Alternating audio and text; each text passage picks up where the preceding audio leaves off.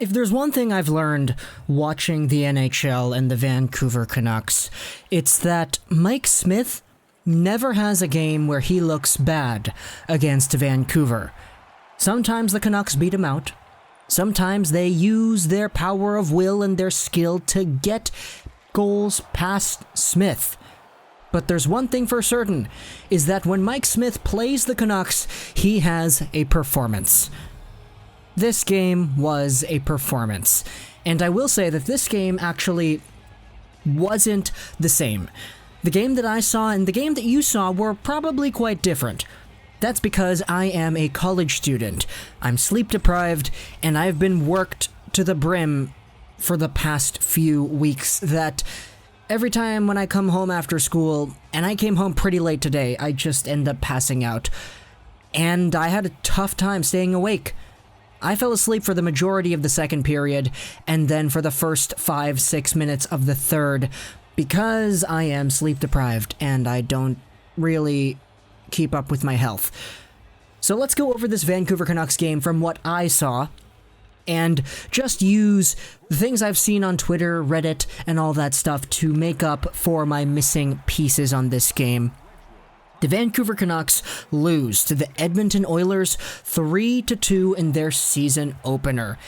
It's not super pretty.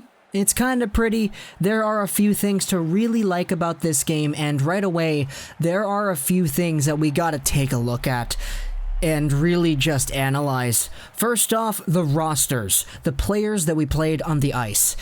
Adam Gaudette, who fought his way onto this team, who battled tooth and nail to earn a spot with this team, was scratched. And that was a thing that most people had a problem with, and for the most part, you can understand why. This guy worked really hard, he was great in the preseason, and he doesn't get a spot in the opening lineup. Okay.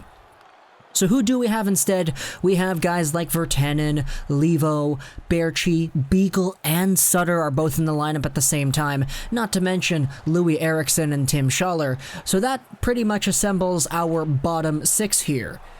So let's see what happens in this game. First off, the Vancouver Canucks give up a goal. It's Leon Draisaitl off of a really, really nice pass by Zack Kassian. Oh my goodness, the guy is good. Where have we seen this from this guy before? This guy with a really good slick backhand feed, nice backhand sauce over to Draisaitl, who's coming in on goal. He gets his first on the year. It's really convincing. Draisaitl got 50 goals last year for a reason. No surprises there that he's able to get one here with such ease. And it's 1-0 Edmonton. And it remains 1-0 Edmonton for a while. It's like this for a long time, and the Vancouver Canucks have a few good moments in between. The penalty kill in the first period looks great. Seriously, they got involved, and it was awesome to see them breaking up Edmonton plays. From my count and what I saw, they only had one really good opportunity on the power play, and that was early on. But the Canucks afterwards were able to do things right and make it so that they had a really tough time getting shots on goal. However, let's go over to the second period where Alex Edler gets things on the board for the Vancouver Canucks. It's a really, really interesting play here. Brock Boeser is the guy who receives the far wing-to-wing pass from JT Miller. It's kind of a big scramble out there, and Boeser sends it back over to Edler at the very high slot, who takes it, lets it rip, it goes up high and in. That was the Vancouver Canucks' first goal of the game. Really good performance there by Edler. Seriously, I think the guy in general just had such a strong game here that I'm really, really excited to seeing what happens next. Last year, we kind of saw Edler resurge offensively in that department, but this year, even in the preseason, Edler's taking shots, and they're really looking like dangerous shots this time. Not super low wristers that get blocked like he did in the Boeser year, but Edler's taking some really heavy slap shots and really quick wristers. He's getting his hits in, and that showcased itself here on this goal. The Vancouver Canucks then pick things up right as I wake up and I start watching the game again. It's Tyler Myers. He receives a nice pass from Hughes. Hughes fakes out the shot. He fakes the slap shot. He slap passes it over to the other D-man, Tyler Myers, who absolutely rips it. Like, he rips it. He one-times that, and it's so quick, goes right in, and upon further review, it's obvious that Tanner Pearson is actually the guy who tips it past Mike Smith. And this one was Tanner Pearson's first goal on the year. Myers and Hughes each get assists on that. Myers honestly looked pretty good in the offensive zone. I don't want to say he was too good defensively, though. However, I didn't watch the whole game.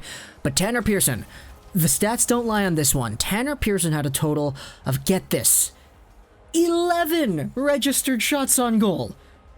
11!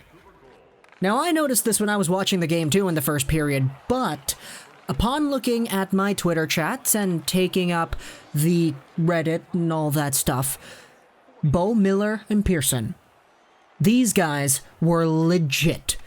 Absolutely legit. These three formed such a good second line that was arguably better than the first line of Ferland, Petey, and Boeser that it's kind of weird. We have a legit top six. Our second line isn't Horvat with an endless rotation of Vancouver Canucks wingers that don't really belong on the second line anymore. Pearson and Miller are legit. Sure, Pearson was on pace for 38 last year in his short stint with Vancouver, and that's unrealistic. But he got 11 shots in this game, and that's very, very, very, very good. I'd rather see a guy getting 11 shots than getting 0. So, Pearson gets a goal here. That second line looked amazing. They, in fact, made our power play look really good, too. Let's talk about that a little bit afterwards. But, quickly, right after the Vancouver Canucks get the go-ahead goal, it's Zack Kassian who ties things up once again. This one was just a crazy play. Like, the Oilers get things right off the bat, and they start things forward. It's brought right in on the right side by Draisaitl. He goes wing to wing to Kassian, and okay, Kassian. A goal and an assist for Zack Kassian, and up until this point, Leon Draisaitl too.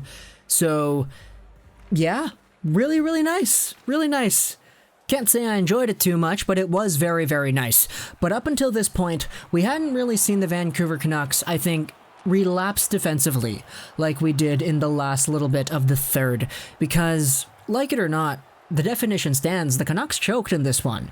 Because they had that 2-1 lead with 10 minutes to go in the game, but a quick one given up to Zack Kassian, and just a few minutes later, Connor McDavid. It had to be McDavid. This one comes off of the laziest clearing pass I've seen all year. It's Brandon Sutter in his own zone who just, throws it forward. He throws it right onto the stick of the Oilers player, and a few passes later, and Connor McDavid is coming in. Quinn Hughes and Tanev, they kind of don't do it properly. They kind of split up a little bit. And, McDavid is McDavid. He's really fast. He's good at splitting the D. And he does that because he's McDavid. But Tanev and Hughes kind of separate a little bit. Hughes gets his stick in there. He kind of pokes the puck back onto McDavid's stick. It really doesn't do anything.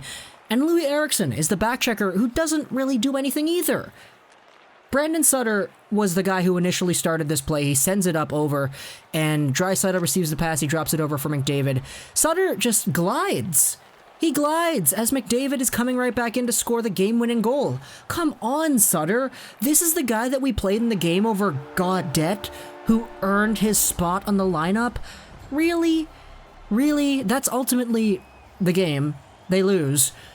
But come on, Brandon Sutter. I'm not going to say that the entire game was lost because of Sutter, but I will say that that one play where McDavid comes in and he scores was very heavily catalyzed by Sutter.